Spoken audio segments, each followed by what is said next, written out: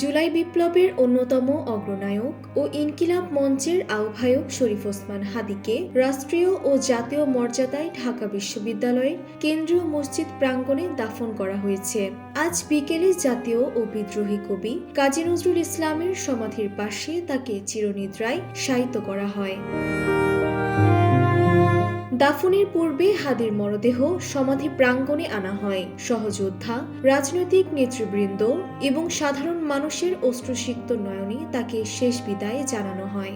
আজ দুপুরে জাতীয় সংসদ ভবনের দক্ষিণ প্লাজায় তার জানাজা সম্পন্ন হয়। জানাজা শেষে লাশবাহী অ্যাম্বুলেন্সটি ঢাকা বিশ্ববিদ্যালয় অভিমুখে যাত্রা শুরু করে। শনিবার সকালে রাজধানীর সোহরাওয়ার্দী মেডিকেল কলেজ হাসপাতালে শরীফ ওসমান হাদীর ময়নাতদন্ত সম্পন্ন হয়। দৃঢ় বন্ধনের আস্থায় শক্তিশালী স্টিলের আরেকটি নাম জেডএসআরএম। ঢাকা মেডিকেল কলেজ হাসপাতালের নিউরোসার্জারি বিভাগের চিকিৎসক ডক্টর আব্দুল আহাদ জানান, বেলা 11:15টার দিকে ময়নাতদন্ত শেষ হওয়ার পর মরদেহ স্বজনদের কাছে হস্তান্তর করা হয়।